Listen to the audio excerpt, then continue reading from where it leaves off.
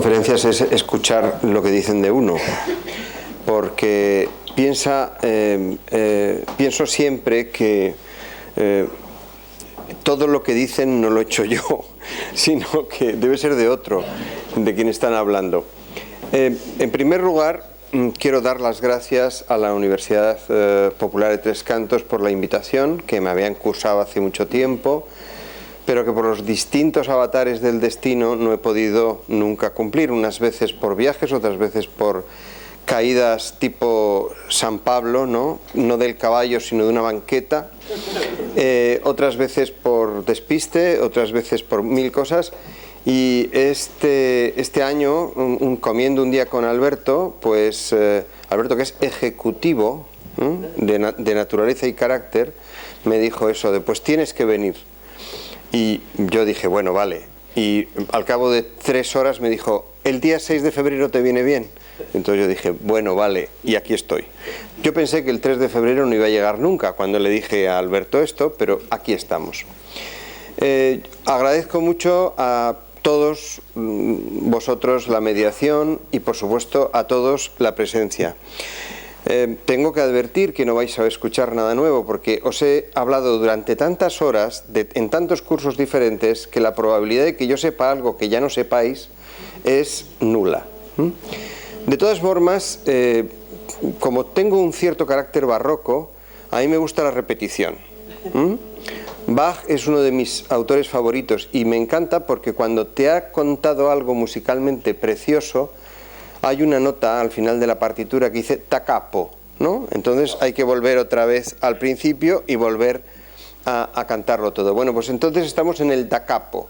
Vosotros vais a oír lo que me habéis oído hablar siempre y si alguno de vosotros se aburre, pues estamos en un sitio caliente, estamos a final de la tarde, puede cerrar los ojos tranquilamente y echar un sueñecito que siempre viene bien. Por otra parte, me encanta la idea de que nos refugiemos aquí, ¿verdad?, en un sitio tan agradable, una tarde de febrero que nieva y hace frío fuera y hace muchísimas inclemencias del tiempo, y entonces pues por lo menos eso sí que verdaderamente me resulta agradable, pensar que no os estoy llevando a Córdoba en este momento, sino que estamos aquí. Yo recuerdo aquella excursión de Córdoba a la que no pude asistir por una cuestión de enfermedades, pero que sí embarqué en plan Capital Araña a todo el mundo para que fuera a Córdoba. Y este año hay una iniciativa por parte de los alumnos de primero que no quieren volver a Córdoba, quieren que volvamos a hacer la excursión de Córdoba. Entonces, vamos a ver, el tema de hoy es relaciones entre tecnología y guerra durante el siglo XX.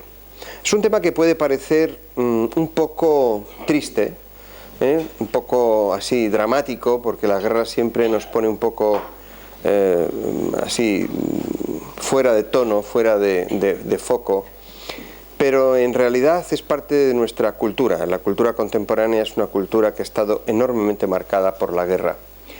Y cuando me propusieron venir aquí, y por supuesto me dieron toda la libertad para elegir el tema, elegí este problema porque llevo muchos años trabajando sobre esta cuestión, sobre cuestiones de relaciones entre ciencia, guerra, sociedad, filosofía, en un sentido un poquito más general del que marca el título, pero siempre que tengo oportunidad de contarlo, me gusta contarlo y me gusta reflexionar, porque entre lo que uno va leyendo, lo que voy pensando, lo que voy escribiendo, siempre queda la necesidad de volver a hacer el discurso, a elaborar el discurso, porque la guerra es uno de estos acontecimientos que nos determinan en todos los momentos, y porque es un momento de la historia de la humanidad y un conjunto de momentos de la historia de la humanidad que nos inquietan extraordinariamente. podríamos afirmar que el ser humano ha tenido una enorme capacidad de hacer la guerra, tanta que sorprende extraordinariamente la variedad, cantidad, cualidad de guerras que ha habido a lo largo de la historia. Entonces, el fenómeno de la guerra a mí me ha resultado interesante desde un punto de vista filosófico, desde un punto de vista social, desde un punto de vista ético, y no lo digo para decir la guerra es mala, porque eso no es necesario ni decirlo. O sea, la guerra es mala, no es necesario demostrarlo mucho, es perversa, es la parte oscura nuestra, ¿no? Pero no podemos evitarla, no sabemos evitarla, no tenemos herramientas suficientemente sofisticadas como para impedirla. Podemos paralizarla, podemos aplazarla, pero parece que está siempre esperándonos, parece que en cualquier momento puede saltar el problema, ¿no? No es necesario acudir a acontecimientos contemporáneos. Por ejemplo, el siglo XXI, estamos hablando ya del siglo XX, pero podemos hablar del siglo XXI, es un siglo que está lleno de guerras. Hay muchísimas guerras abiertas. Quien crea que porque aquí no hay guerra en absoluto, se engaña. Y hay guerras que tienen fama y otras que están olvidadas. Por ejemplo, uno de los lugares que a mí me resulta más interesante, que es África, está lleno de guerras. Está plagado de confrontaciones brutales y algunas veces extraordinariamente cruentas. Por ejemplo, la guerra del Congo es una guerra que lleva sumadas muchos millones de víctimas, y de esa guerra prácticamente no se habla. Y el Congo está en guerra desde hace décadas. Son guerras intermitentes que ya incluso llevan a los especialistas a numerar las guerras. Primera guerra del Congo, segunda guerra del Congo, la guerra del Congo contra el Congo, en fin, por ejemplo, ¿no? Y después todas las guerras que vosotros podéis ver. No estoy hablando de fenómenos terroristas, estoy hablando de guerras formales, guerras con ejércitos que luchan entre ellos. Entonces, verdaderamente las vamos olvidando, apenas aparecen en la prensa, no son noticia, y entonces como no son noticia no existen. Después las otras guerras que vosotros conocéis en Asia o las guerras en Medio Oriente, son guerras. Y de pronto, en el confort de nuestros cuartos de estar, aparecen guerras. Todos sabemos ahora que la presidenta, bueno, la primera ministra alemana junto con el presidente francés han ido corriendo a Moscú, ¿verdad? Porque temen que el conflicto de Ucrania se generalice, se globalice. Es decir, estamos demasiado determinados en Europa por sucesos que aparentemente no tienen ninguna importancia, pero al final acaban desencadenando grandes acontecimientos. Entonces, estamos siempre con la sensación de que la guerra está a la vuelta de la esquina, y tenemos que estar un poco atentos para que no exploten, para controlarlas, para neutralizarlas, etcétera, ¿no? La guerra es un fenómeno, como os digo, extraordinariamente presente en el ámbito, en el tejido emocional, porque estamos siempre temiendo que pueda estallar. E incluso tenemos la sensación de lo que les pasa a algunos niños, ¿no? Que tienen que tener miedo a que venga el fantasma, porque si dejan de tener miedo, viene el fantasma. Entonces, sin embargo, si tienen miedo, como están en acción, el fantasma no se va a atrever a venir, ¿no? Este tipo de psicología que llega a un momento en que es agotadora, ¿no? Es decir, no podemos estar pensando en este tipo de cuestiones permanentemente. Entonces, por eso os digo, a mí la guerra es un tema que me ha interesado, e incluso uno de los artículos que más veces se ha visitado en internet dentro de mi página web es uno que tiene que ver con la guerra. Es un artículo que escribí hace 15 años y que sin embargo sigue leyéndose, se llama Violencia y Guerra, y verdaderamente es objeto de descargas continuamente, ¿no? Porque es un artículo en el que hablo fundamentalmente de esta situación.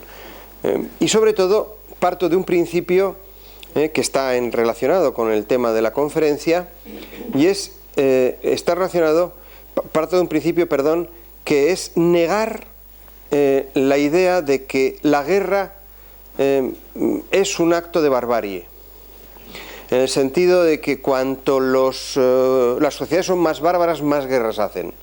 En este artículo lo que defiendo es lo contrario. La guerra crece, se perfecciona, aumenta su crueldad al mismo tiempo, que aumenta la sofisticación de las sociedades que las hacen. Es decir, la guerra, cuanto más cercana está a una sociedad muy sofisticada, más sofisticada es, más cruel, más letal. Esto es una tesis general. Evidentemente el artículo es muy breve y bueno, es muy discutible, y yo lo escribí hace 15 años y hay que matizarlo mucho, pero sigo manteniendo esa tesis, esa idea de que los pueblos civilizados no hacen la guerra y los pueblos salvajes sí. Desde luego es completamente equivocada. O bien todos hacen la guerra de la misma manera, o bien unos hacen la guerra más cruel que otros en función precisamente de las disponibilidades que tienen para hacerla. Y esto entronca directamente con la tesis de la conferencia, porque esto es una conferencia, no es una clase, con lo cual tiene una tesis, tiene algo que yo creo que se puede analizar. Y vamos a hablar de las relaciones entre tecnología y guerra. Este es el tema general de la conferencia. Entonces uno, cuando lee un título de este estilo, puede pensar que lo importante es hablar de la tecnología que se utiliza en la guerra. Entonces uno puede decir, Javier va a hablar de las armas. Javier va a hablar de las armas que se utilizan en las guerras. Ya habréis adivinado que no. No es lo que más me interesa, aunque pueda aparecer en el discurso. ¿Por qué no? Porque lo importante es que hay una tecnología subyacente que se utiliza en la guerra, que no es la tecnología de las armas. Las sociedades muy sofisticadas, muy desarrolladas tecnológicamente, logran unos niveles de crueldad enorme en la guerra cuando se enfrentan entre ellas. Es decir, cuando dos sociedades muy sofisticadas se enfrentan, entonces la guerra es terrible. Esta es una de las lecciones que yo saqué cuando comencé a estudiar las guerras del siglo XX. ¿Por qué no voy a hablar de las armas? ¿O por qué las armas no van a ser los protagonistas de esta conferencia? Porque en el fondo, cuando se utilizan las armas, ya es el momento en el que la carnicería comienza de una manera más determinada. Lo que verdaderamente hace que la guerra sea cruel es que hay toda una preparación para que eso ocurra. Y esa preparación es una preparación tecnológica. Y esa ordenación tecnológica de la sociedad es lo que permite realizar después ese esfuerzo de carnicería. La cuestión fundamental es que hay tecnologías que son como prácticamente transparentes, que uno no relacionaría con la guerra, y que sin embargo son la herramienta fundamental de la guerra. Os he puesto este mapa que no veis. No digáis que lo veis porque no lo veis. O sea, vamos, a no ser que tengáis los ojos del barón Munchausen, ¿no? Es decir, que no es... Bueno, este mapa es el mapa del Imperio Mongol. Estamos hablando, bueno, sí, la parte de arriba lo veis, ¿no? De 1300 a 1405. No me interesa la cronología ni nada de este estilo. Y por supuesto, como veis, no es del siglo XX, porque esto es... el mapa del Imperio Mongol indica la enorme dimensión que tuvo el Imperio Mongol. O sea, y que, fijaros, conquistó China, conquistó todo lo que es más o menos el sur de Siberia, pero todo, digamos, la gran autopista que hay entre Oriente y Occidente, que era lo que podríamos llamar la ruta de la seda, estaba completamente dominada por el Imperio Mongol. ¿Y quiénes eran los mongoles? Pues eran unos individuos, eran pastores unos ganaderos, unos individuos que se dedicaban a la cría de caballos y que tenían una tecnología enormemente sofisticada desde el punto de vista de los movimientos de caballería, podríamos decir, de caballos, no caballería como armas, sino de caballos. Construyeron un periodo. Vamos a poner en marcha. Bueno, sí. Bien. Bueno, este mapa lo que indica es, fijaros, todos estos límites, que es los límites que incluye Corea, es decir, todo lo que no es Imperio Mongol, si os dais cuenta, es aquello que no se podía transitar fácilmente a caballo. O sea, una vez que ya se metían por las zonas más boscosas y con más problemas, pues eran difíciles de dominar. Este imperio fue absolutamente pues fugaz, ¿no? O sea, realmente duró muy poco. Son de estos imperios que se crean y auténticamente se destruyen. ¿Cuál es la razón por la que estos mongoles llegaron a dominar todo este extenso territorio? Todos los historiadores militares están de acuerdo en que la razón de este dominio fue su habilidad para cabalgar, sus capacidades de movilidad. La movilidad de las tropas mongolas era altísima y entonces pudieron ir destruyendo todos los ejércitos que se les oponían y fueron sometiendo a muchas de los pueblos, ¿verdad?, que están en ese mapa.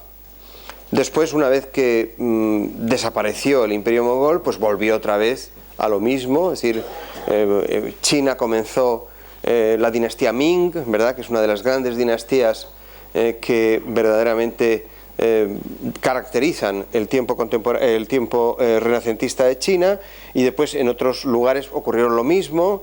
Los turcos conquistaron parte de lo que era el Imperio Mongol, pero da igual. Lo importante es que esa tecnología no era una tecnología de guerra, y sin embargo es una tecnología que consiguió un dominio extraordinario en todo ese ámbito, y no estaba inventada para la guerra, estaba inventada para otra cosa, pero el resultado fue que en un momento determinado fue la fuente de posibilidad de que eso ocurriera. En general, el caballo es un elemento que nadie lo ve como un elemento tecnológico, pero que desde el punto de vista de lo que yo defiendo es un elemento de modificación, con lo cual es un elemento tecnológico. Consigue, tanto en la época de Atila como en la época de los mongoles, unas modificaciones extraordinarias y militares en función de su superioridad, en función de la distancia que pone al caballero con respecto a lo que puede ser la tropa a pie. En general, todo el concepto militar occidental y chino de la guerra era un concepto en infantería, es decir, los hoplitas, desde los hoplitas en el mundo griego hasta las legiones romanas, hasta las organizaciones chinas, eran grandes contingentes de infantes, porque se suponía que las tropas de pie eran las que ocupaban el territorio. Y todavía hoy, cuando se hacen estudios de estrategia, y yo lo recuerdo cuando hice mi servicio militar, nos decían, al final una guerra la gana la infantería. Solamente se gana una guerra cuando se puede ocupar un territorio, y quien ocupa el territorio es la infantería.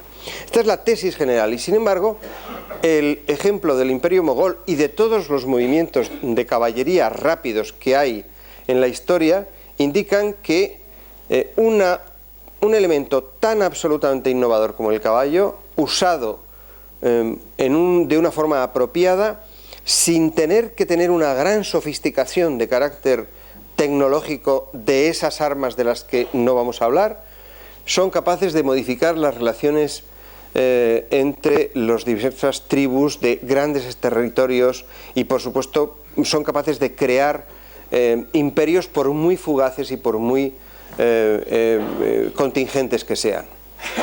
Esto es, digamos, una de las cosas, es una metáfora de lo que yo quiero defender a lo largo de esta clase, de esta conferencia. Es decir, es la tecnología transparente la que verdaderamente hace que una guerra sea lo que es. Después, las armas pueden ayudar, pueden hacer su labor una vez que está desarrollada. En este caso, las armas eran pequeñas porque eran arcos, eran lanzas, eran espadas, es decir, eran armas que podríamos llamar armas blancas. Todavía no existen armas de fuego utilizadas en estos contextos, y no digamos en este contexto, en el contexto, por supuesto, de todo lo que es los hunos, Atila, etcétera, tampoco existían. Entonces, ¿qué tecnologías transparentes se desarrollaron en Europa para desembocar en la situación que nosotros reconocemos como situación del siglo XX, las guerras del siglo XX? Es posible que no se puede nunca en la historia decir es el momento en el que se dio el mayor algo. O sea, uno puede decir, bueno, pues en realidad en el siglo XX se dieron algunas de las guerras más cruentas que podemos recordar. Quizá no la más cruenta, pero alguna de las guerras cruentas. ¿Por qué se llevó a esa situación? Fijaros, vamos a ver si ahora yo cambio esto. Perdonad, considerad que es una especie de ráfaga únicamente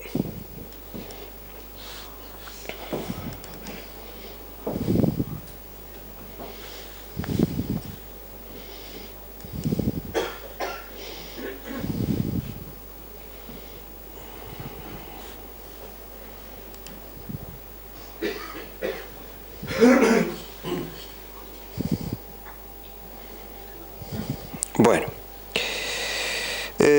vamos a ver. Esto dicen que funciona, ¿no?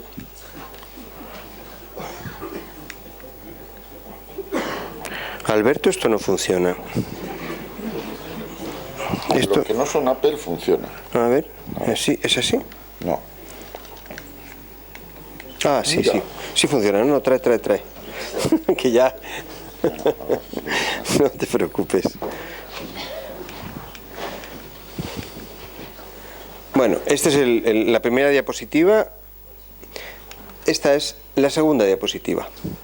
Bueno, el siglo XIX. Vamos a quedarnos un poco en el siglo XIX como el siglo, digamos, en el que se va configurando todas las sociedades industriales que nosotros conocemos como tales ahora y de las cuales consideramos que formamos parte.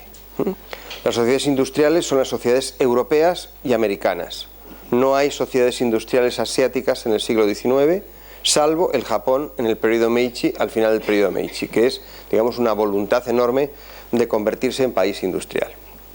Entonces, verdaderamente lo que es curioso es que ya en el siglo XIX algunas potencias de mediano tamaño entran en litigio.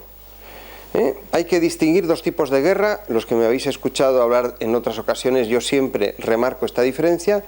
En el siglo XIX se tratan dos tipos de guerra. Bueno, tres, porque siempre hay una que está fuera de foco. El primer tipo de guerra es la guerra de conquista, la guerra colonial. Expedición de Napoleón a Egipto, intervención de los europeos en África, intervención de los europeos en China, intervención de América en Japón, en fin, todo ese tipo de acontecimientos que sabéis que ocurren durante el siglo XIX, en el que los europeos se aseguran un dominio territorial en el mundo, globalizan su ciencia y su tecnología.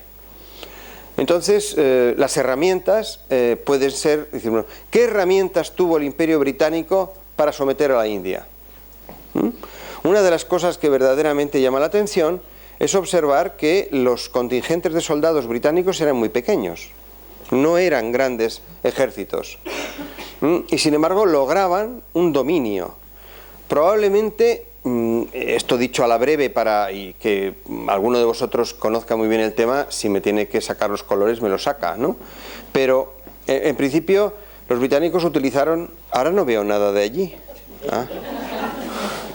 Bueno, pues los británicos... Es que si quitáis la luz me da un sentimiento de inquietud terrible, ¿eh? O sea que no...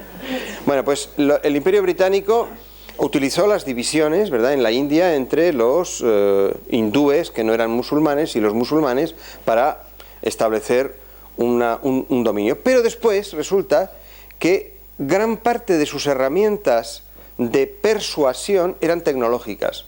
Construyamos ferrocarriles, construyamos telégrafos, y la persuasión llevaba a convertir a parte de la población en aliados de las aventuras tecnológicas que ellos hacían. Por ejemplo, el canal de Suez, pues es un ejemplo que no está en la India, pero está en Egipto. Es decir, los franceses persuadieron a los egipcios que participaran incluso económicamente en la construcción de un canal que tecnológicamente no les beneficiaba para nada a los egipcios, excepto como renta, pero no desde el punto de vista de dominio territorial. Y sin embargo era clave para el dominio territorial europeo en los mares del Pacífico. Es decir, esa tecnología era una tecnología civil, pero era una tecnología que se utilizaba como herramienta de dominio. Por eso cuando se habla del dominio europeo del mundo y uno piensa en armas sofisticadísimas, podríamos decir no hay arma más sofisticada para el dominio europeo del mundo en el siglo XIX que el ferrocarril. O sea, no es un arma, pero es una herramienta tecnológica que convierte esos países en países dependientes de la metrópoli o dependientes de la potencia colonial. Bien, en este sentido, ya me remito a lo que os he contado tantas veces, el siglo XIX tiene ese tipo de guerras que son las llamadas guerras coloniales, que habitualmente ni siquiera se llaman guerras, se llaman expediciones coloniales. Y después están las guerras. Bueno, el tercer caso, el tercer grupo de guerras, aquí lo veremos, es la guerra civil, que es una guerra también muy especial en el siglo XIX y después también en el siglo XX. Pero las guerras que no son civiles, las verdaderas guerras, lo que se ve como verdadera guerra, es la guerra entre dos estados formados, entre dos iguales. Entonces, desde ese punto de vista, las guerras son mucho más duras que en las guerras coloniales. Duras en el sentido de que duran más, porque la oposición de una potencia a otra hace que la cosa pueda prolongarse. La primera guerra que podría yo mencionaros en el siglo XIX, y voy a mencionar 3 o 4, no voy a mencionar más, bueno, 3 probablemente, es la guerra que se dio entre México y Estados Unidos, por la que México perdió prácticamente la mitad de su territorio. Es decir, todo lo que hoy es el norte del Río Grande hasta California pertenecía teóricamente a México, era un país despoblado, o sea, no había nada, y los norteamericanos consideraron que podían ocuparlo. Bueno, la historia es complicada, pero el hecho es que al final hay guerra. Bien, ¿qué ocurre en esa guerra? Ya sabéis el resultado, en fin, México pierde esos territorios, se establece la frontera en Río Grande, pero ¿cuál es la herramienta sofisticada que hace que Estados Unidos tenga una prioridad enorme en el dominio de la guerra? Pues ni más ni menos que el telégrafo. El telégrafo. Incluso podríamos decir antes que el ferrocarril es el telégrafo, aunque en todo el siglo XIX telégrafo y ferrocarril forman un matrimonio casi indisoluble, ¿no? Es decir, siempre que se tira una línea, o sea, se construye una línea de ferrocarril, se construye a su vez una línea de telégrafo, con lo cual puede decirse que por una línea va las mercancías, por otra línea va la información, lo cual ya indica lo que va a ser el siglo XX. Transportar es transportar información, y transportar es transportar mercancías, personas, etc. Bueno, pues curiosamente, y ahí os pongo en la siguiente diapositiva,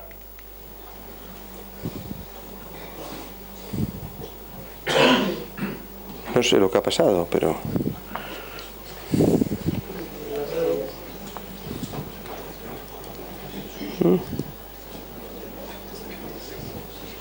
Bueno, yo voy a ir con el dedo, que es una cosa bastante más... Bueno, pues hasta 1860 se habían construido en USA 80.000 kilómetros de línea de telégrafo, que por supuesto no existían en el ámbito mexicano. La guerra mexicana se da en el año 46-48, o sea, 12 años antes que esto. Pero una de las consecuencias que tiene el análisis que se hace ahora tecnológico de la guerra es que esa guerra ese telégrafo tuvo una importancia extraordinaria en el conocimiento de los movimientos de tropas y en la capacidad de decisión. Porque fijaros que están enfrentándose un país como la Nueva España, que es México en aquel momento, con Estados Unidos, que son prácticamente especulares. Uno procede del Imperio Español, otro procede del Imperio Británico. De hecho, los mexicanos siempre hacen bromas sobre cuando dicen, no, vamos a Estados Unidos. Dice, ¿a qué Estados Unidos? A Estados Unidos de América del Norte. Y nosotros somos también Estados Unidos de América del Norte. Es decir, ellos son Estados Unidos de América del Norte mexicanos. Y los otros, digamos, son Estados Unidos de América del Norte, pero del norte, es decir, del norte del Río Grande. Pero nosotros somos del norte, porque estamos en el hemisferio norte. Es decir, esta especie de quid pro quo que existe cuando uno habla con mexicanos con buen sentido del humor, uno dice, no, que voy con los gringos. Ah, vale, de acuerdo, que vas con los gringos, pero también nosotros somos Estados Unidos de América del Norte. Es decir, eran dos países que se sentían con el mismo Estado, eran estados federales, eran estados que procedían de imperios extraordinariamente viejos, ¿no? El británico y el español, en fin, el primer imperio británico, me refiero, ¿no? Al imperio británico del siglo XVI, XVII. Entonces, desde ese punto de vista, era un enfrentamiento entre dos potencias parecidas. No era un cuerpo expedicionario británico luchando contra los derviches. Era dos pueblos que estaban organizados políticamente, que estaban organizados jurídicamente, socialmente, para, digamos, defender su propio territorio. Y en ese momento lo importante no es tanto el arma que uno utilice, sino el tipo de tecnología subyacente que hay y el tipo de situación tecnológica, en este caso, es el telégrafo. Es decir, hay dos potencias, y cuando hay dos potencias con dos ejércitos completamente formados, la guerra es mucho más cruenta, pero todavía es poco cruenta. Es decir, todavía se lucha entre los ejércitos, es decir, se lucha entre profesionales de la guerra, y los civiles lo que hacen es estar en la retaguardia con el background de lo que es la tecnología posibilitante. Llegamos a una guerra que es civil, pero se plantea como una guerra entre dos estados, que es la Guerra Civil Americana. Porque los dos estados que se forman de esa guerra civil, en esa guerra civil, o sea, lo que son los federales del norte y los confederados del sur, se sienten como dos países completamente diferentes y luchan como dos países diferentes. Tienen dos presidentes, tienen dos tipos de ejército, y en ese caso, ¿cuál es la tecnología subyacente? Es el ferrocarril, curiosamente. Es el ferrocarril la que se convierte en la tecnología que convierte la guerra en algo diferente a lo que era anteriormente. Yo no sé si he llegado... La guerra de Crimea antes que lo que estaba. La guerra de Crimea es una guerra entre Rusia y otro tipo de potencias francesas, inglesas, etcétera. Es en este caso una coalición y un imperio, ¿verdad?, que es el famoso oso ruso. Es decir, es un imperio enorme que ya ha adquirido una dimensión planetaria, porque ya el imperio ruso llega prácticamente hasta el otro lado de Eurasia, es decir, ya llega prácticamente hasta el Pacífico. Y bueno, pues hay un problema, un rifirrafe acerca de querer dominar la península de Crimea, ¿no? Es la famosa guerra de Crimea. Ahí, digamos, vosotros habéis visto la carga de la brigada ligera, ¿verdad? Todos habéis leído el poema de Tennyson, ¿no? Que es uno de los grandes poemas épicos de la caballería de todos los tiempos. Todo el mundo sabe, ¿verdad?, que en ese momento pues la caballería no pudo hacer nada frente a la artillería. Entonces parece que ese es el problema, es decir, parece que ya tenemos la tecnología de la artillería contra la caballería, y es un error, porque el problema de la tecnología subyacente en esta guerra es sencillamente el telégrafo. El telégrafo.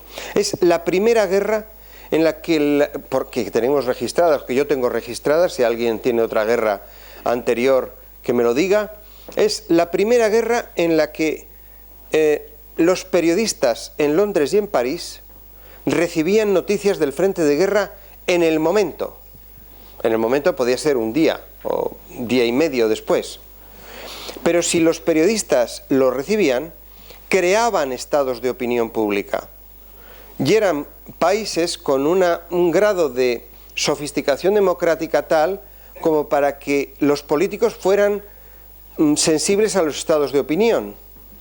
Y no solamente eso, sino que en el Parlamento, cuando se discutía no solamente desde el punto de vista de las informaciones militares que se tenían a través del telégrafo, sino también a través de los corresponsales de guerra.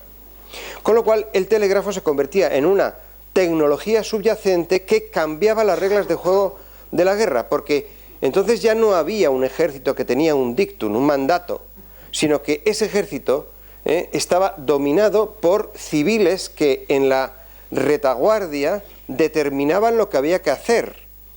Es decir, las órdenes más generales de la guerra, de la marcha de la guerra, se daban en remoto. Y esto lo permitía una tecnología que era bastante nueva, que era la tecnología del telégrafo otra vez. Igual que vemos en la Guerra Civil Americana, existe en la Guerra de Crimea. En el caso de la Guerra Civil Americana, es el ferrocarril, donde, por ejemplo, en el ejército norteamericano se convierte algunas batallas en casi indefinidas a base de que los civiles que determinan cuál tiene que ser el ritmo de la batalla están dispuestos a abastecer el frente de guerra permanentemente con soldados y con material a través del ferrocarril. Entonces una batalla que tendría que haberse terminado por, digamos, como clásicamente se acababan las batallas, en lo que puede ser la manera clásica de entender una guerra, que una batalla se acaba cuando los ejércitos, digamos, se adecúan a la situación, y uno pues es el ganador y otro es el perdedor, y entonces ahí se dirime cuál es la batalla. Bueno, pues en este caso ocurría muchas veces esto, por supuesto, pero hubo algunas batallas que estuvieron alimentadas durante semanas, sencillamente porque continuamente llegaban soldados al frente y entonces continuamente alimentaban la guerra, que además no se resolvía nunca, ¿no? Esto ya hacía prever lo que iba a ser la guerra en el siglo XX. En este caso, la tecnología subyacente, la tecnología posibilitante es el ferrocarril. En la guerra franco-prusiana, que es una guerra, ¿verdad?, es muy interesante, la guerra franco-prusiana. He encontrado esta fotografía que me hace muchísima gracia, me parece interesantísima. Es un cañón antiaéreo, pero en vez de contra aviones, contra globos. ¿Os dais cuenta, no? Esto es un Montgolfier. Entonces, yo no conozco ninguna otra fotografía antiaérea anterior. Entonces pertenece a la guerra franco-prusianas. No sé si hay más fotografías, no, esto ya es la última. La fotografía esta no hace gala a lo que yo voy a decir, porque voy a hablar de otras cuestiones. En la guerra franco-prusiana, una de las posibilidades que estuvieron los estados alemanes, que todavía no existían como imperio, es movilizar cientos de miles de soldados en unos pocos días, a través del sistema de ferrocarril que había creado sobre todo Prusia, y sobre todo que se había convertido en el líder tecnológico, pero no para fabricar ferrocarril, sino para dar las normas de fabricación de ferrocarril. De tal manera que la eficacia del estudio normativo que habían hecho los prusianos y de organización del ferrocarril en los estados alemanes era de tal calibre que funcionaban perfectamente, y el general Moltke pudo poner en el Rin cientos de miles de soldados en muy poco tiempo. Que después esos soldados combatieran bien o combatieran mal, eso es otro problema. Y sobre todo apareció un tipo de arma que es nueva. En esa fotografía, ¿cuál es el arma? El globo, efectivamente. El globo es el arma, porque esto es el arma de toda la vida, es decir, es toda la vida de los últimos 4 siglos, que es en el fondo un arma de artillería, un arma de fuego, ¿no? que aparecen en el siglo XVI, prácticamente ya muy generalizadas. El globo no, el globo es un arma tecnológica que todavía es un arma blanca, no en el sentido de arma de fuego contra arma blanca, sino arma inocente, es un arma de observación. La observación realmente se produce desde ese punto de vista. Y entonces en la guerra franco-prusiana ya se enfrentan muy cercanamente dos potencias extraordinariamente similares, que es la potencia del Imperio francés frente a la potencia de los estados alemanes, que todavía no son un imperio, pero ya realmente han preformado un imperio tecnológicamente. O sea, el imperio alemán fue antes imperio desde el punto de vista tecnológico que desde el punto de vista político. Es más, solo pudo ser imperio porque era imperio tecnológico. Si hubiera sido un conjunto de países que tienen que ponerse de acuerdo, como es hoy día Europa, le hubiera pasado lo que pasa a Europa, que estaríamos discutiendo todavía, ¿no? Pero había habido una especie de fusión tecnológica previa durante prácticamente 30 años, sobre todo el proceso de construcción del ferrocarril, todo el proceso de establecimiento del telégrafo y todo un sistema sofisticadísimo de comunicaciones, y entonces esto hizo que el resultado natural fuera crear un imperio. O sea, lo político fue un corolario de lo tecnológico, no fue. Pero ahí ya se pudo ver algo que va a ser el protagonista absoluta del siglo XX, y es que cuando dos potencias muy similares en fuerza se enfrentan, el grado de violencia aumenta exponencialmente. Porque, digamos, cuando los británicos quieren acabar con los derviches, o cuando los británicos o los franceses mandan una expedición a África o a Vietnam, o tal, pues digamos, quien tiene delante es tan inferior desde el punto de vista tecnológico que la victoria está casi asegurada desde el principio. Puede ser más cruel, menos cruel, pero en realidad no es algo que verdaderamente llame la atención desde el punto de vista de lo que puede ser ni lo que dure, ni la contundencia. De hecho, los cuerpos expedicionarios hacían guerras cortas, no eran guerras muy largas, y además inmediatamente intentaban encontrar dentro de los locales acuerdos para evitar que aumentara la crueldad. Bien, o sea, y esto, por ejemplo, es una de las cosas que decían los alemanes en la Segunda Guerra Mundial, en los círculos del poder de Hitler, que Hitler siempre se maravillaba de que con tan pocos soldados los británicos hubieran dominado tanto, ¿no? Esta especie de reflexión que siempre decían los cercanos a Hitler. Él tenía que movilizar millones de soldados para conseguir algo, y sin embargo los británicos nada más que unos cuerpos expedicionarios. Claro, a los británicos, cuando quisieron hacer lo que hacían los alemanes en el Imperio Segundo, no en el Tercer Imperio, ya tuvieron que modificar y tuvieron que movilizar cientos de miles de soldados. Lo que pasa es que no es lo mismo luchar contra unos egipcios que, bueno, pues son un grupo, ¿no? Como ya os digo, pongo una vez más el ejemplo de los derviches, que luchar contra los alemanes en territorio francés en la Primera Guerra Mundial. Es decir, desde ese punto de vista, lo que queda claro en el siglo XX es que el siglo XX es el siglo de las grandes confrontaciones entre potencias del mismo tamaño y potencias tecnológicas del mismo tamaño y potencias tecnológicas que no se van a rendir, potencias tecnológicas que no dan ninguna sensación de debilidad. Entonces se emplea todo el potencial tecnológico para construir esto, es decir, para construir esa situación, digamos, de poder. Entonces, claro, si hemos hecho esa especie de visión así un poco somera del siglo XIX, diciendo cuál es el caballo aquí, ¿no? ¿Cuál es el caballo, el equivalente al caballo mongol? ¿Cuál es el equivalente del siglo XIX? Nos encontramos el telégrafo, el ferrocarril, fundamentalmente ese tipo de cuestiones. Hay más, o sea, no quiero agotar porque estas cosas no... lo que mantiene la tesis no es el número de casos, sino encontrar los casos más importantes.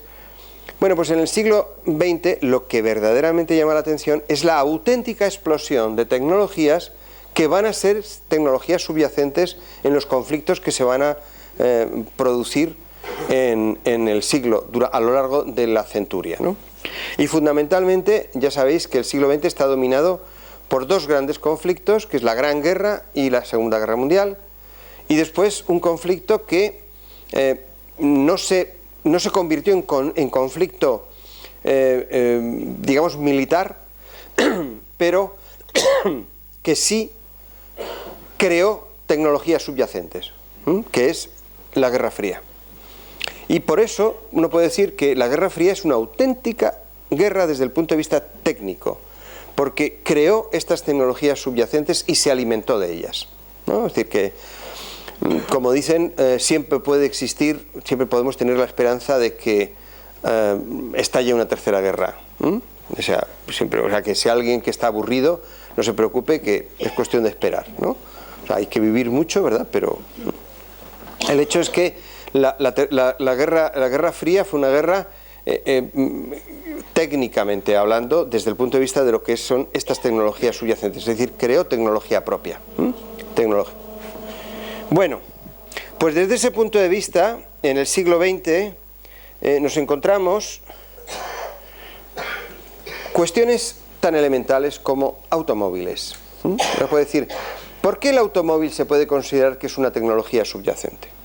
¿Qué es? ¿Se crea para ser una tecnología subyacente de guerra? En absoluto.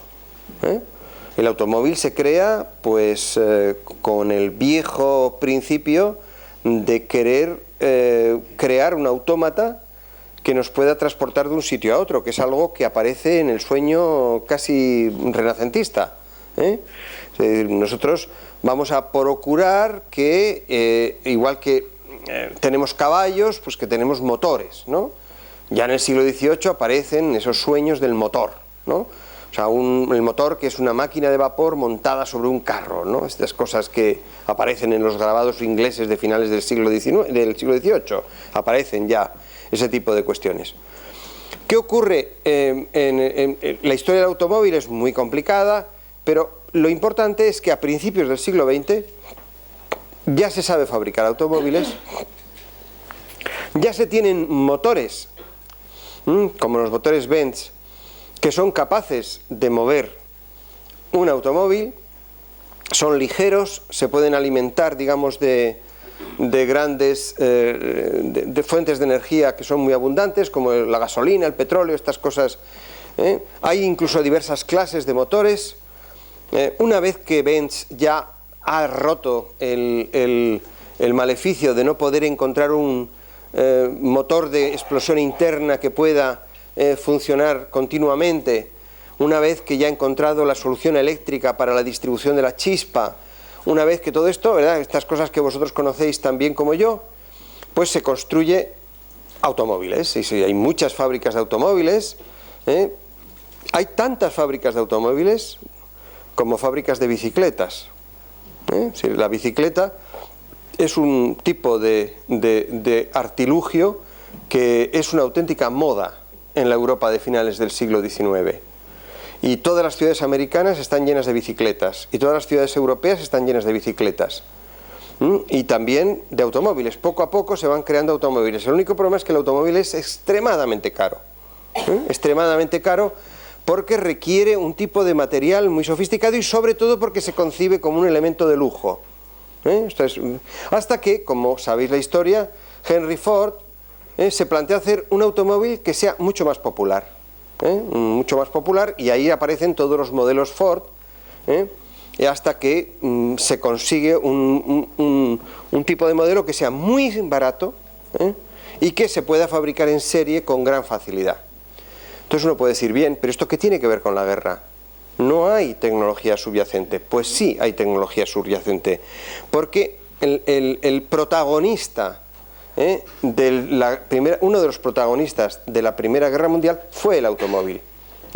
Fue el automóvil por transporte de personas, por transporte de heridos, por transporte de material, en lugares donde no había carretera, o donde la carretera era dificultuosa.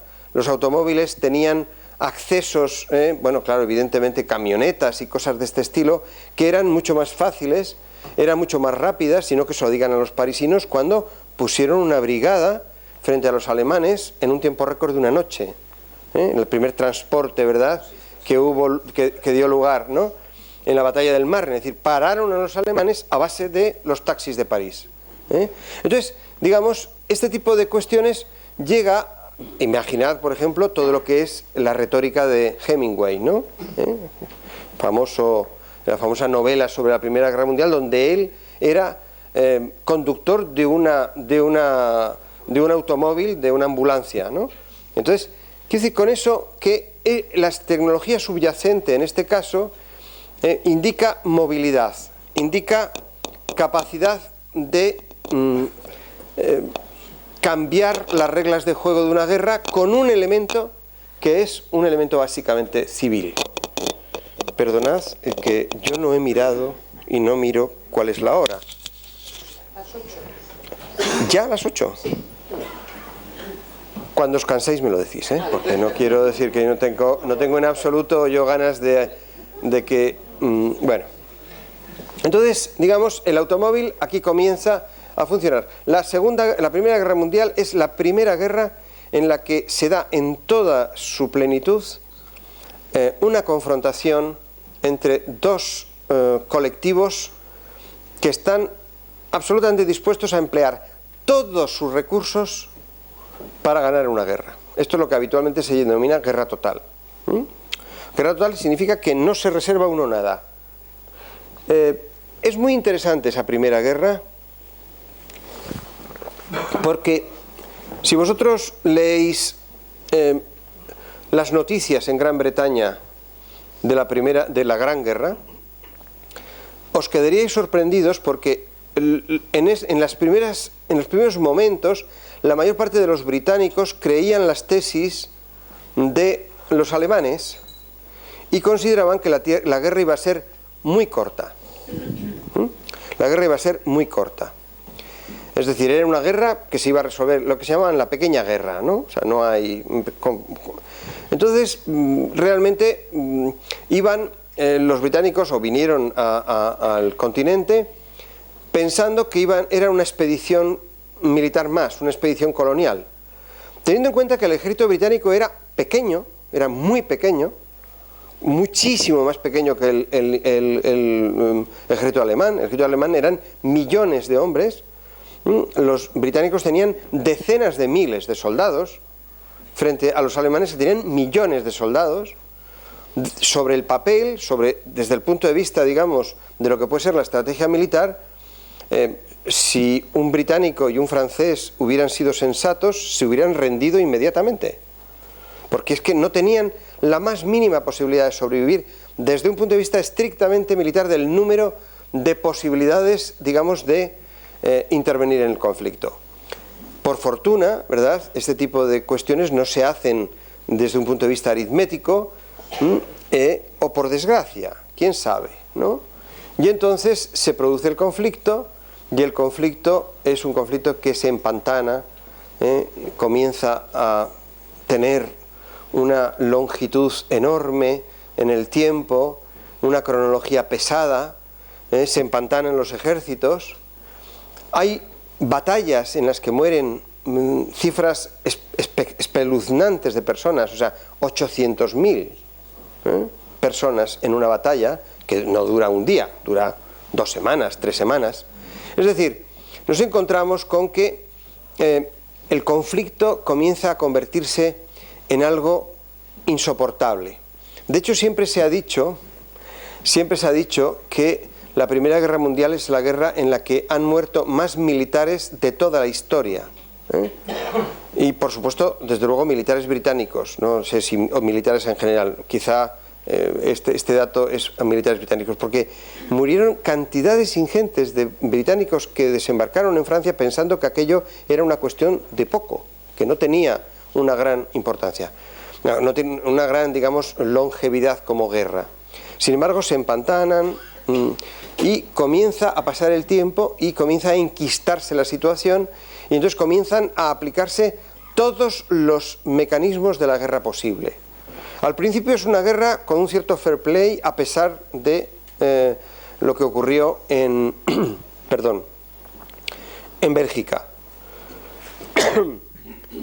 Incluso se ha aludido a que en las Navidades del año 1914 al 15, algunos batallones pararon la guerra y celebraron la Navidad.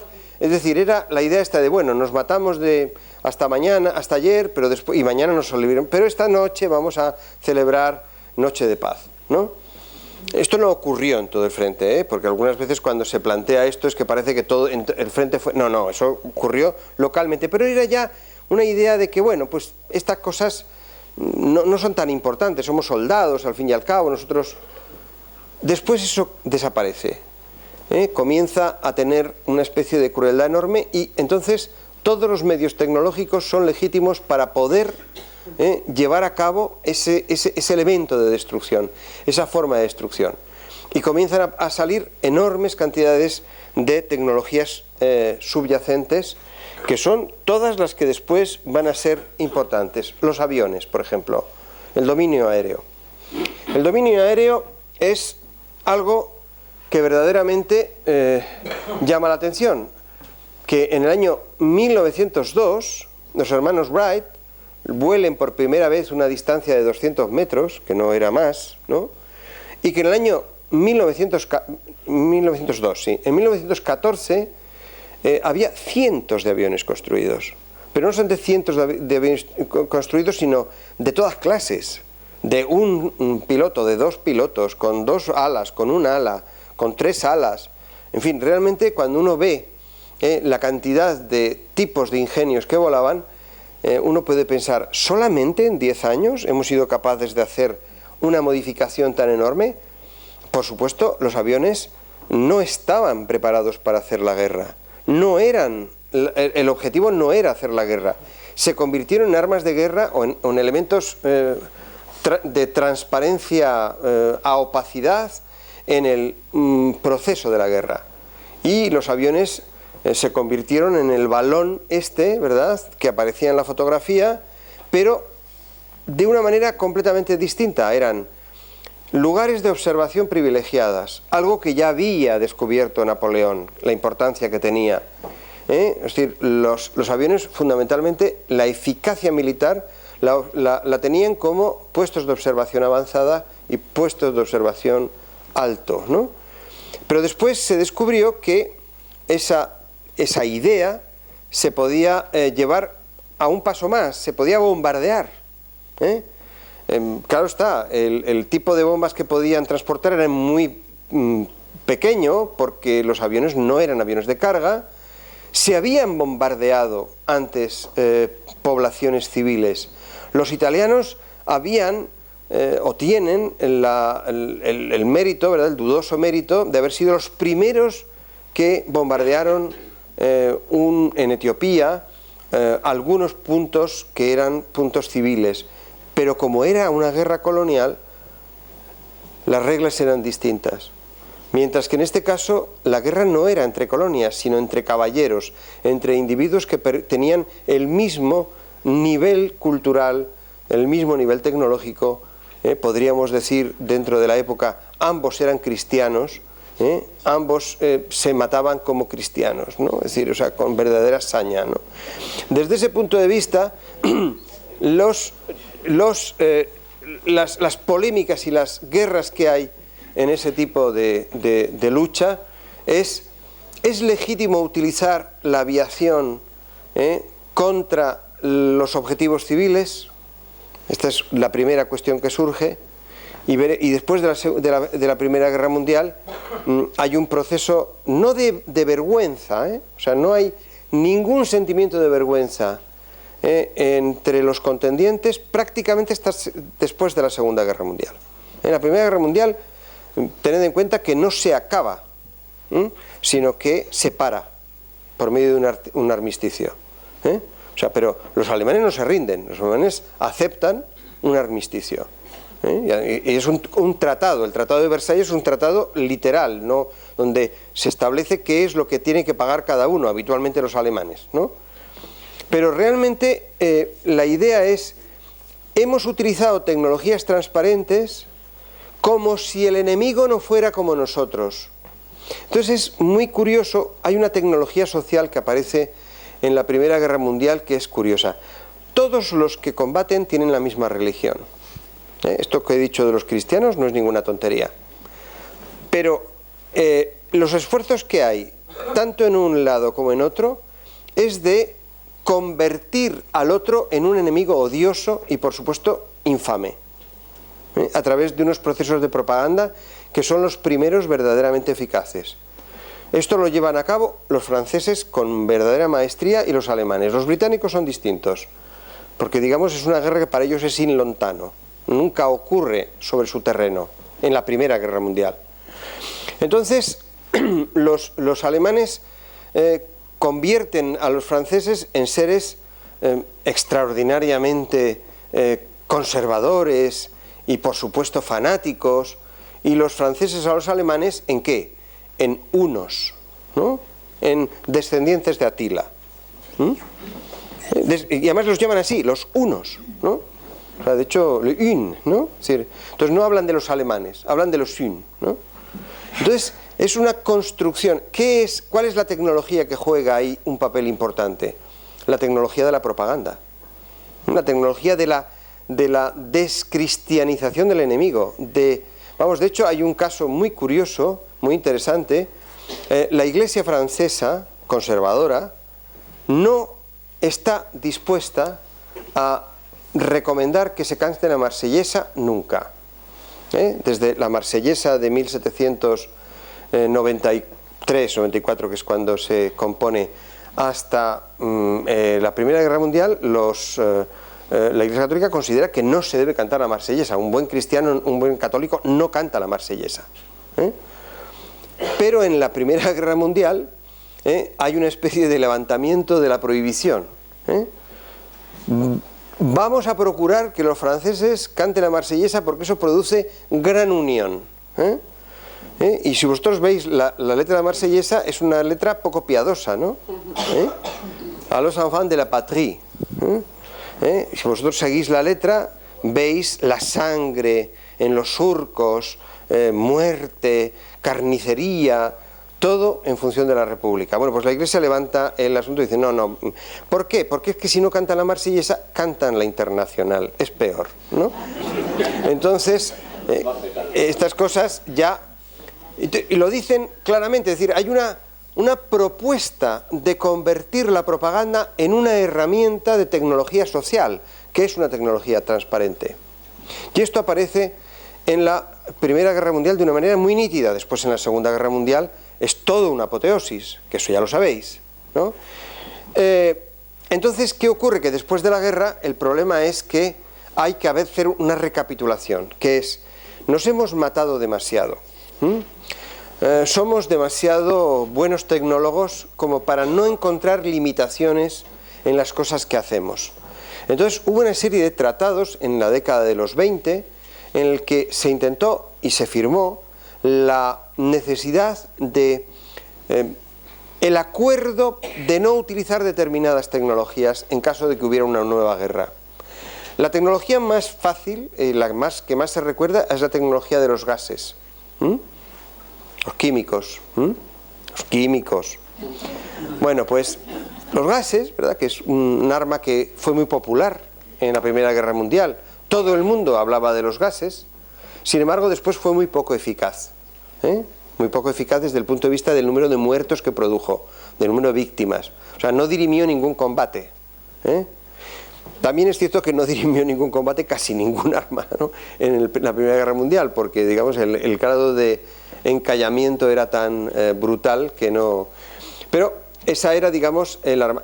Pero, digamos, lo que no era eficacia desde el punto de vista militar, era eficacia desde el punto de vista propagandístico. Es decir, las armas, los gases eran insidiosos y además tuvieron aliados enormes como Owen, ¿no?, que escribió poemas fantásticos, o como Sargent, que hizo ese cuadro de los individuos que avanzaban casi ciegos, ¿no?, unos apoyados en la espalda de otros, ¿verdad?, avanzando por medio del frente de batalla con todo lleno de muertos y este tipo de cosas. Es decir, se convirtió una vez más en el ambiente de propaganda. Pero sin embargo, lo que sí llegaron a la conclusión es: esto es una vía que si la explotamos y llegamos a saber mucho de esto y la utilizamos, la guerra sería una carnicería. Con lo cual, paremos. Y se pararon las investigaciones sobre gases tóxicos y se firmó un acuerdo internacional que firmaron, yo creo que prácticamente todas las potencias europeas, de que si fuera a haber un nuevo conflicto, no se iban a utilizar los gases. Es un acuerdo que se respetó. En Europa se respetó. No se respetó en Asia, pero se respetó en Europa.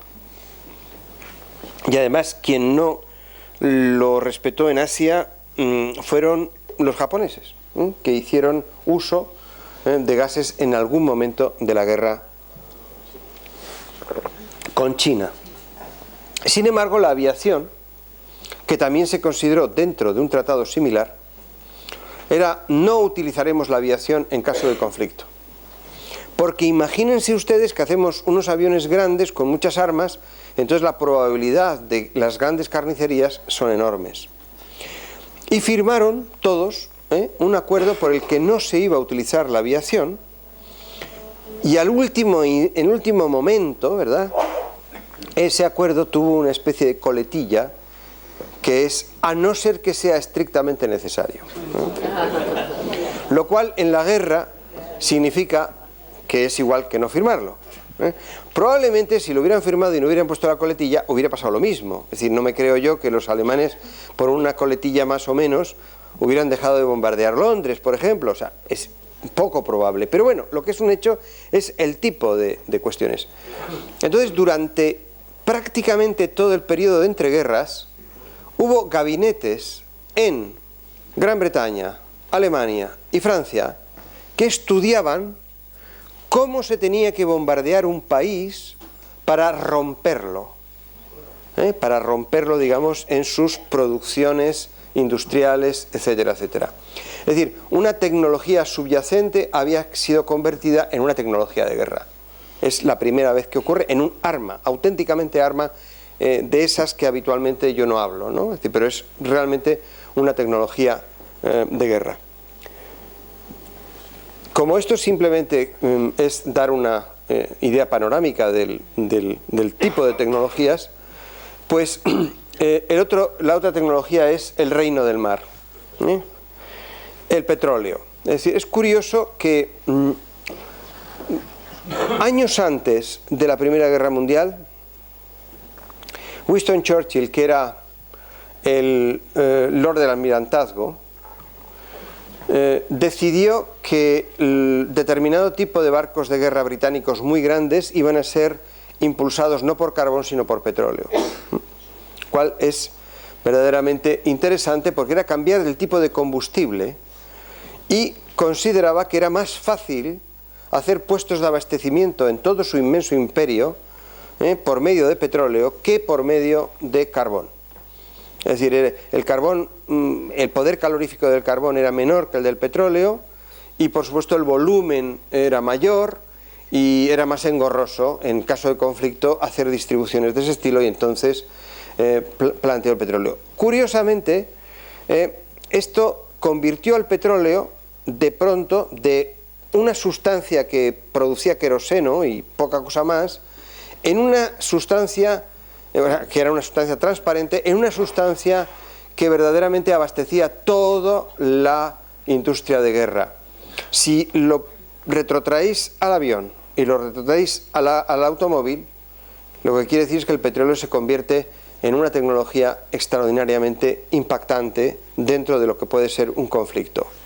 Pero el siguiente, que es más interesante y es con el que voy a terminar, es la radio. Una de las tecnologías que los marinos odiaron más en los primeros años del siglo XX fue la radio. Porque no sé si aquí hay algún marino. ¿Hay algún marino? ¿Sí? Bueno. La tradición dice que cuando un barco se hace a la mar, se convierte en un elemento autónomo. Y el tipo de decisiones que se toma, las toma el capitán. Y el capitán es todo en el barco. El capitán o el último que manda, el último en el rango de mando. Entonces, digamos, la tradición es que el capitán podía recibir órdenes, claro, evidentemente que las recibía, que habitualmente eran órdenes selladas, órdenes que las sabía el capitán, que para eso... Yo no sé si... Yo he estudiado un poquito la organización de esta época y el grado, digamos, de responsabilidad que tenía un capitán de barco era sublime, era total. O sea, en el Imperio Británico los capitanes de los barcos eran una auténtica aristocracia. Pero no solamente me refiero a los barcos de carácter militar, en los de carácter civil también. O sea, eran, digamos... O sea, un capitán de barco era todo un poder desde el punto de vista de respetabilidad social, de prestigio, etcétera, ¿no? Y el prestigio le venía de su autonomía. Es decir, un capitán, bueno, si a un capitán le pasaba algo, hacía algo que no era adecuado, se le caía el pelo, evidentemente, porque tenía que responder ante una corte especial.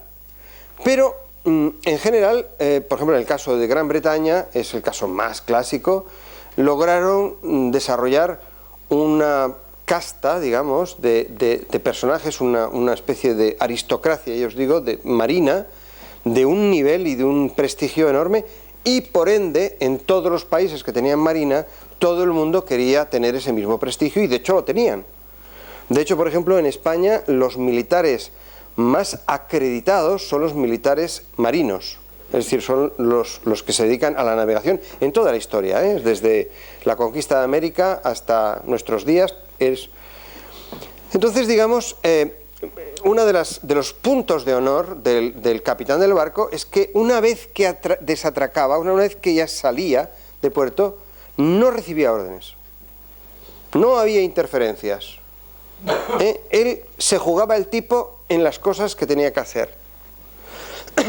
Hasta que llegó la radio. La radio era una intromisión permanente en la labor del capitán. Y entonces esto produjo un auténtico malestar en el ámbito de la marinería, o sea, entre los capitanes de barco. Consideraron que eso llevaría a estropear su autonomía y, por supuesto, a su eficacia. Con lo cual, verdaderamente, hubo una hostilidad manifiesta en los primeros barcos en los que se montó la radio. Ya en la Primera Guerra Mundial ya había radio. Muchas veces la radio era no para voz, sino para Morse, para señales de Morse, ¿no? O sea, no era radio como radio nacional, ¿no? Que llegara a los barcos, no, eran señales que podían pedir información de dónde estaban, que podían transmitir órdenes en el momento en que habían salido del puerto, y entonces eso provocaba un malestar enorme, porque cada uno pues tenía su manera de entender lo que podía ser una batalla, por ejemplo, una cuestión de ese estilo. Entonces la radio, que es es un elemento curioso. No tuvo una gran repercusión en el ámbito terrestre, pero tuvo una gran repercusión en el ámbito marino. Y entonces la radio pasó de ser una tecnología transparente y una tecnología subyacente para comunicaciones más o menos banales, en convertirse en un elemento fundamental en el ámbito del mar, teniendo en cuenta de que gran parte de la Primera Guerra Mundial se dirimió en el mar. O sea, nosotros estamos acostumbrados a ver las grandes campañas francesas, las grandes campañas alemanas, incluso, rusas, en el frente de Italia, y esto ha dado lugar a muchísima literatura y a muchísima representación, pero después estaba el mar era fundamental.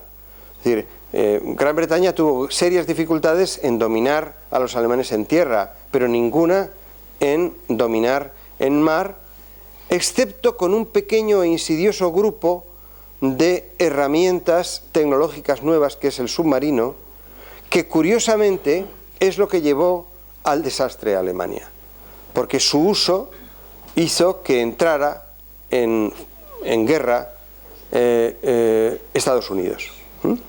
Y es curioso porque me parece que es un ministro que se llama Zimmermann, pero no puedo decir ahora el nombre porque lo recuerdo, pero no recuerdo si es exactamente este nombre. Me suena que es Zimmermann, pero no. Mandó un telegrama a México para decirle que si se ponía a favor de Alemania, si se ponía a favor de Alemania y declaraba la guerra a Estados Unidos, México a Estados Unidos, entonces Alemania le iba a compensar haciendo recuperar todas las provincias que había perdido en la guerra mexicano-estadounidense 70 años antes, ¿no? Entonces lo mandó cifrado. Lo mandó cifrado. ¿A través de dónde? Pues a través de Estados Unidos, curiosamente, ¿no? Porque esto es una de las cosas que verdaderamente llama la atención, la noción de neutralidad. Entonces Estados Unidos no le gustaba mucho que transitara por su territorio un telegrama, y entonces parece ser que nadie sabe si son ellos o los británicos, pero hicieron el desencriptado del telegrama. Y entonces se encontraron con que el telegrama decía: oiga, ustedes mexicanos invadan el país del norte. Por supuesto, los mexicanos ya en ese periodo eran sumamente sensatos y no tuvieron la más mínima duda de que aquello era una locura, y no se produjo ningún incidente militar, pero fue una herramienta fundamental para que Estados Unidos azuzara a su opinión pública en contra de Alemania, ¿no? Con lo cual es realmente este tipo de tecnología, este tipo de transmisiones, algo verdaderamente habitual. Bien, vamos a resumir para terminar esta intervención y daros la palabra, que yo creo que es más interesante que lo que yo os pueda decir. Yo creo que todo lo que os he contado hoy ya os lo he contado 2, 3, 4, 5 veces. Con lo cual, cuando se examine dentro de unos años, espero que lo sepáis francamente bien. Bueno, pues uno puede decir, bien, en esta situación tenemos tecnologías subyacentes que afloran. Tenemos guerras del siglo XX que emplean toda la tecnología que tienen, que las tecnologías subyacentes y las tecnologías transparentes se convierten en tecnologías de guerra, y que verdaderamente una de las características de las sociedades europeas del siglo XX es que son capaces de no tener límite en la guerra que hacen. Es decir, las guerras son siempre totales, se introduce todo el mecanismo social, todo el peso, digamos, de lo que puede ser la producción y el ingenio de una sociedad en el ámbito bélico, y entonces la guerra ya no es una guerra entre ejércitos, sino es una guerra entre sociedades. Con lo cual se legitima que cualquier persona es responsable o corresponsable de lo que hace su ejército. Es decir, que si el ejército, la Luftwaffe, ataca Londres, y ataca durante un año, es decir, no toca una noche, sino verdaderamente durante un año, y va destruyendo lo que puede ser pues todo lo que son ciudades y cosas de este estilo. La opinión pública británica considera que también ellos pueden hacer lo mismo en Gran Bretaña, es decir, también pueden haber bombardeos de civiles. Entonces, un principio de derecho de gentes que se ha guardado durante, más o menos, pero es un timbre de gloria haberlo guardado durante siglos, y es la idea de que la guerra puede ser entre sociedades, pero quien la dirime son los militares, en el campo de batalla, se convierte a que la guerra es una guerra de destrucción de la sociedad, de tal manera que cualquier parte de la sociedad es responsable de las cosas que están haciendo. Entonces, eso significa que se puede utilizar toda la tecnología transparente, toda la tecnología subyacente, como si fuera un arma. Es decir, todo se convierte en arma, toda la tecnología es un arma. Entonces, no solamente es una guerra total desde el punto de vista de la intención, sino también es una guerra total desde el punto de vista de la acción, de que todo se puede hacer, todo se puede convertir en un arma. Entonces, una investigación sofisticadísima, como la investigación que se lleva a cabo en el ámbito de la física atómica, se puede revertir a la conversión de un arma, porque verdaderamente es algo que puede servir para quebrar la voluntad del enemigo. Y entonces resuenan las palabras de von Clausewitz, ¿no? ¿Qué es la guerra? Aquella acción que está destinada a quebrar la voluntad del enemigo. Y quebrar la voluntad del enemigo no es quebrar la voluntad de un ejército, sino de una sociedad entera. Con lo cual tiene que sufrir esa sociedad los rigores de la guerra. Y esa sociedad tiene que saber lo que significa el dolor, lo que significa... Entonces, el enemigo lo que hace es provocar ese sufrimiento. Y si, vamos, el enemigo, o sea, el A frente al B, el A hace sufrir al B y el B hace sufrir al A. Pero entonces el sufrimiento está administrado con todas nuestras posibilidades de destrucción. Con lo cual, volviendo a lo que os decía al principio de la conferencia, cuanto más sofisticada es una sociedad tecnológica, cuanto más civilizada es una sociedad, más cruel es, porque puede utilizar todos sus medios para realizar esa quiebra de la voluntad clausewitziana. Y esto es lo que verdaderamente nos tiene que hacer pensar. ¿Cómo podría revertirse la situación? Y ahora os doy la palabra porque así me lo contáis y después yo lo escribo y lo publico a mi nombre, ¿vale? Muy bien.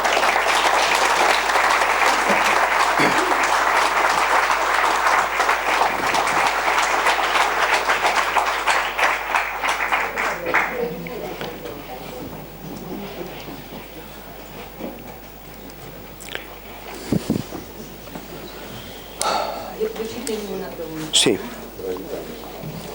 ¿Cuál es la tecnología subyacente de los vietnamitas? No, ¿y cuál es la tecnología subyacente de los vietnamitas para haber ganado a este país que tenía la tecnología bélica más impresionante del mundo? Sin embargo, parece ser que ganó la guerra. Vamos a ver, esta es una pregunta bien interesante. Ha preguntado cómo es posible, qué tecnología subyacente tenían los vietnamitas para haber ganado Estados Unidos la guerra del Vietnam. Mi respuesta es...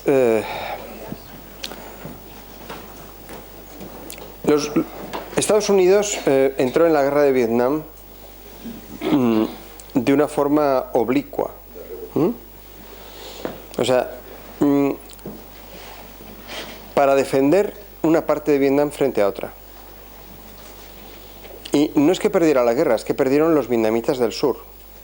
La guerra frente a los vietnamitas del norte. Y Estados Unidos, en vez de hacer algo que podrían haber hecho, que es destruir todo, porque la destrucción siempre se puede hacer, eran capaces de hacerlo, aceptaron que, bueno, pues digamos aquellos valedores que ellos habían hecho, Aquellos habían perdido la guerra.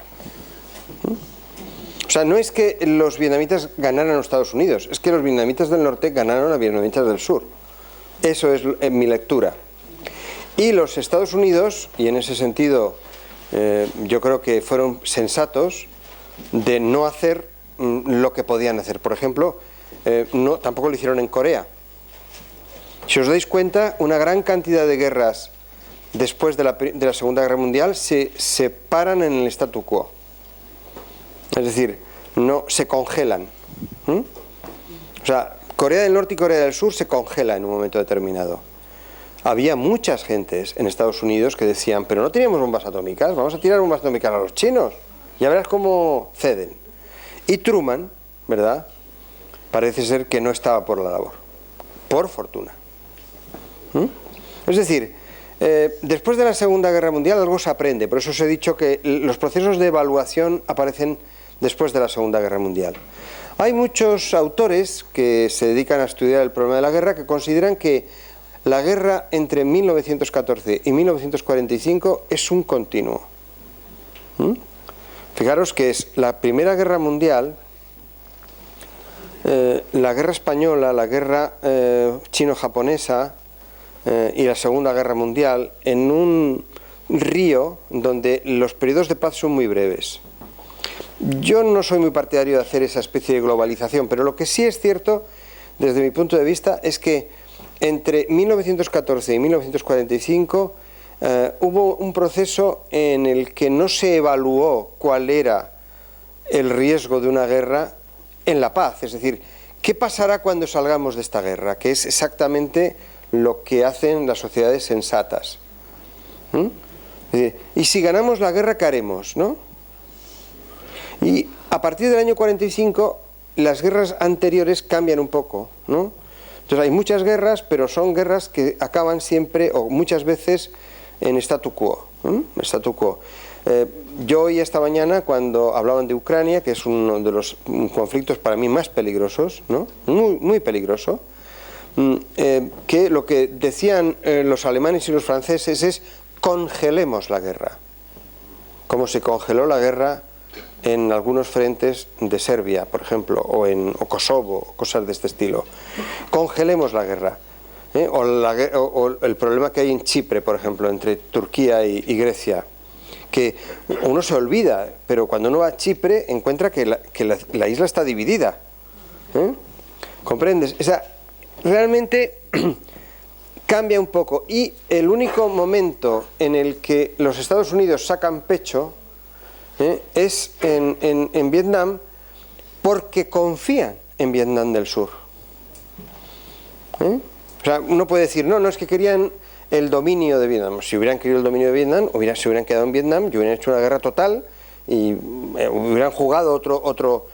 Yo creo que ahí, no conozco tan bien la guerra de Vietnam, pero sí es una guerra que se hacía en contra de la opinión pública, estaban completamente hartos ya los americanos de recibir cadáveres, en una guerra que parecía que ni les iba ni les venía, que era una guerra de prestigio. Y entonces dijeron, bueno, pues verdaderamente hemos ensayado todo lo que podíamos dentro de un orden y después nos vamos.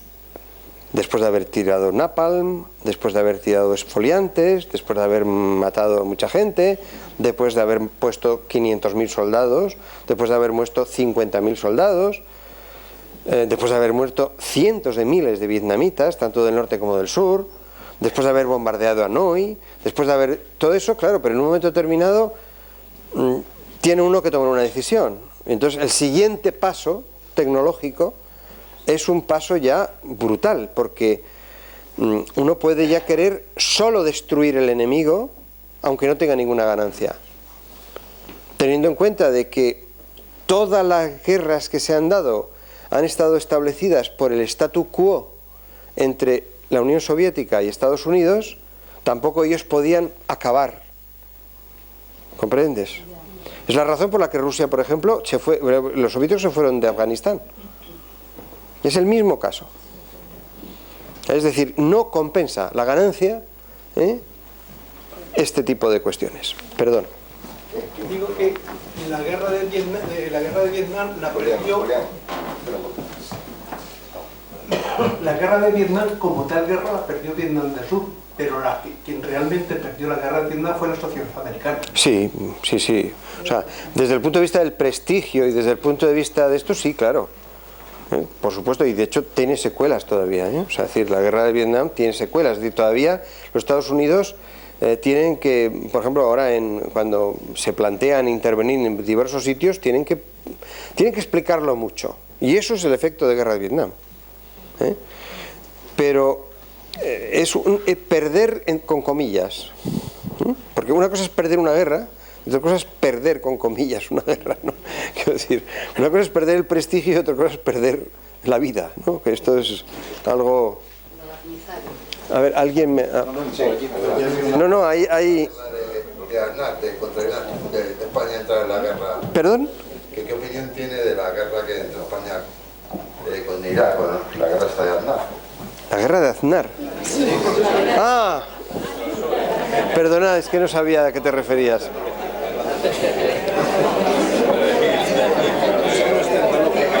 Bueno, yo creo que esto, vamos, no sé, ya ni me acuerdo lo que pensaba yo, pero en principio es que, claro, entrar en una guerra siempre, yo no creo que tenga mucho sentido.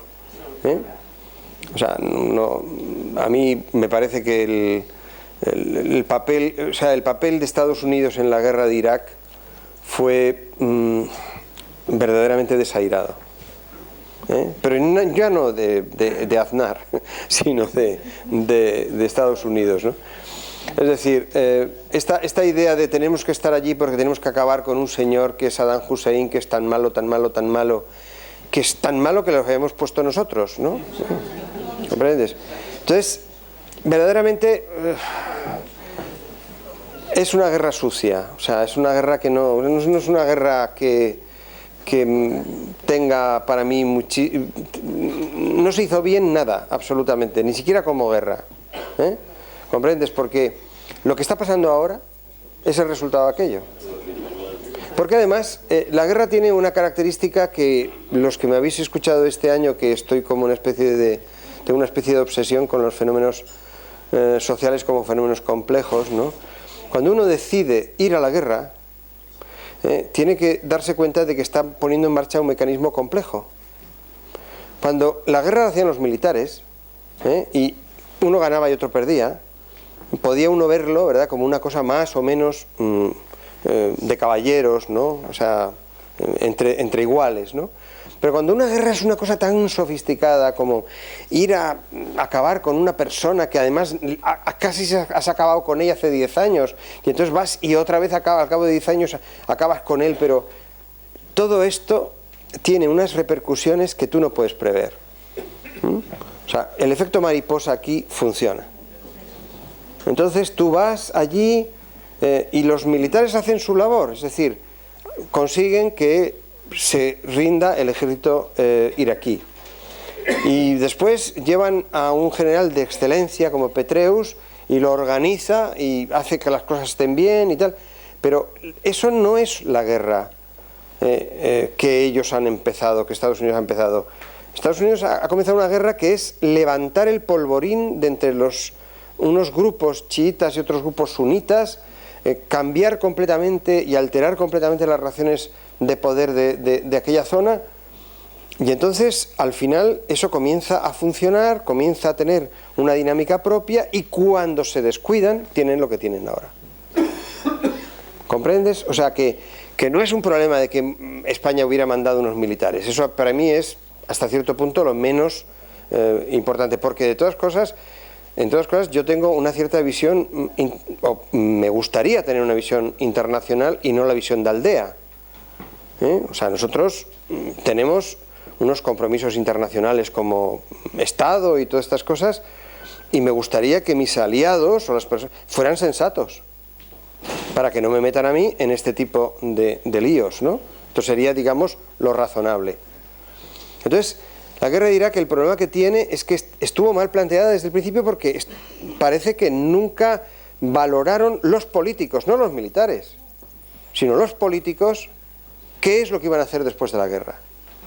Aparte de quedarse con el petróleo, invertir en cosas y cosas de este estilo. Y eso es... ¿Perdón? Fue una invasión de un país contra otro país. Es decir, Irak invadió Kuwait. Y ahí fue la... No, sí, pero si puedes encontrar siempre... Pues claro, pero es que ahí había un país que había invadido Irak la Segunda Guerra Mundial. Sí, pero todo lo que tú quieras. Todo lo que tú quieras. Y ahora Rusia ha invadido Ucrania. ¿Vas a invadir Rusia? Pero hay que pararlo. Es que si no... Pero ¿cómo lo paras? O sea, el problema es el gran problema siempre del inicio de una guerra. Siempre hay una razón para hacer una guerra. Fundamentalmente económico, siempre es un... No, bueno, pero vamos a ver. Yo te digo, esto es un tema que a mí me resulta enormemente apasionante porque me dedico a estudiar este tipo de cuestiones. Cuando dices, Irak invadió Kuwait, vale, Kuwait era un país inexistente hasta que lo crearon para poder secuestrar parte de su riqueza. O sea, con lo cual, no es que, digamos, Alemania invada Suiza, ¿comprendes? No, o sea, no. Esto es el reparto de la doctrina europea del año 1920, creando unas fronteras que interesaban a las potencias coloniales. Entonces, lo cual no está mal, o sea, quiero decir que no es que yo esté en contra de eso, pero no se puede hacer un análisis en el que no tomes en cuenta eso. Porque, en principio, el problema no es que yo invada una cosa frente a otra y ese tipo de cuestiones, porque estamos ya no hablando de tecnología, sino hablamos de dinámica política, ¿no? O de dinámica, digamos, de la política de seguridad. A mí me parece muy bien, yo siempre les digo a mis alumnos cuando hablamos de estos temas y hacemos seminarios sobre filosofía de la guerra, y esta mañana me han hecho una pregunta parecida a la que tú has hecho, y cuando dicen, no, es que no se puede, es que yo les digo, todas las guerras son injustas, todas, ¿no? O sea, uno cuando va a la guerra tiene que saber que hace una acción injusta, y fuerzas a otro a ser injusto. Dice, no, pero es que en los casos de la invasión, y entonces ponían el ejemplo exactamente el mismo que has puesto tú hoy. Y yo he dicho, bueno, pues entonces mañana os vais a Ucrania e invadís Rusia. Entonces dicen, hombre, es que es un poco duro, ¿no? O sea, es un poco duro invadir Rusia. Luego, entonces tendrá usted que tener un acuerdo. Entonces el problema es que tenemos que tener un acuerdo. Entonces, yo ahí diríamos, bueno, aunque suene parecer un poco primitivo, diría como los gallegos, más vale un mal acuerdo que un buen juicio. Uno puede morir de tener razón. Es mejor tener un poco menos razón y un poco más de sensatez, ¿no? En ese tipo de cuestiones. Entonces, claro, aquí además, sobre todo, fíjate que hay una cuestión que es la tecnología política. Es muy fácil ser civil, saber que no te van a mandar al frente, saber que no te va a llegar ningún tipo de problema y decir vayamos a la guerra. Eso es muy fácil. Y lo difícil es, teniendo la responsabilidad de tomar decisiones políticas, no dejarse llevar por los civiles que te dicen, venga, vamos a la guerra, es que esto no puede ser, es que es lo que ocurre muchas veces, o sea, que no es. Y después tú mandas a un ejército que está bien adiestrado, te conquistan el país, y una vez que te han conquistado el país no sabes qué hacer con él. Ese es el problema. ¿Comprendes? No sé si... Bueno, vamos a ver, pero hay tantas manos... Yo creo que lo de Irak ha levantado... Yo... 5 minutos. Hola. Sí. Bueno, yo también iba a hablar de Crimea, pero ya de Ucrania, pero ya está dicho. Lo que quería también yo es una consecuencia de esto de Irak, y es con respecto al Estado Islámico que parece que sabe también utilizar la tecnología esta de la comunicación visual y todo esto, ¿no? Para atemorizarnos a todos. Yo lo que quería decir es, parece que la respuesta occidental es masacrarnos desde el aire, pero según la tesis clásica de la guerra, hasta que no haya una intervención en terrestre, no creo que consigamos nada, ¿no? Esa es la teoría clásica de la guerra. O sea, esta es la teoría clásica de la guerra que siempre te la dicen los militares que saben de estas cuestiones. Es decir, la guerra la gana la infantería. O sea, si tú ocupas un país, lo tienes que ocupar con infantería. Así, punto. Yo creo que el problema es que no saben qué hacer. O sea, hay muchas veces que no se sabe qué hacer. Entonces se hacen cosas, pero no se sabe qué hacer. Eso es lo más dramático, porque sin saber lo que hacer, puedes hacer mucho daño. Porque puedes hacer una cosa, por ejemplo, para que tus ciudadanos tengan la sensación de estar protegidos. Esta tesis de, bueno, pero algo habrá que hacer. Dices, o no. ¿Por qué algo habrá que hacer si tú lo que vas a hacer es provocar el sufrimiento? Pues piénsatelo 2 veces, porque a lo mejor no. Ese es el problema. El problema está en un libro, o sea, el análisis más fino está en un libro de von Clausewitz que se llama Von Kriege, sobre la guerra. Y ahí realmente da muchas claves para entendernos a nosotros mismos, que somos clausewitzianos en nuestra representación. Y esto es el problema. Bueno, hay muchísimas... Un momento. Vamos a encontrar una transaccional, que como yo me dedico a estudiar la guerra, me encanta la paz. Yo tengo un correo electrónico que está en mi página web, es decir, javier.ordóñez, pero la ñ con doble n, o sea, ordóñez, ¿no? @uam.es, o sea, es facilísimo. Si tenéis alguna consulta, consideración o análisis, estaré encantado en recibirlo en mi correo y os garantizo que os contestaré. ¿De acuerdo? Muchas gracias. Hasta luego.